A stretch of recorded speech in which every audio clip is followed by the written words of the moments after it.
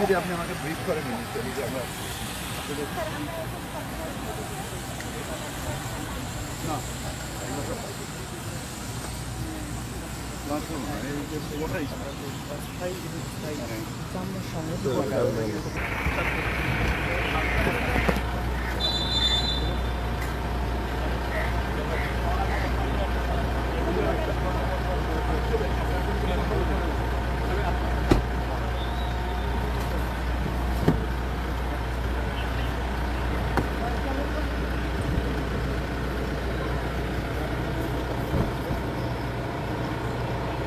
দর্শক আপনাদেরকে জানিয়ে রাখি, এরপরে তিনি কিন্তু বগুড়া সার্কিট হাউসের উদ্দেশ্যে যাবেন এবং সেখানে বিশ্রাম নেয়ার পরে কিন্তু তার কোরবানির পশুর কাঁচা চামড়ার বিক্রির স্থায়ী অস্থায়ী যে সংরক্ষণাগার রয়েছে সেই সংরক্ষণাগারগুলো কিন্তু তিনি পরিদর্শনে যাবেন এবং এরপরে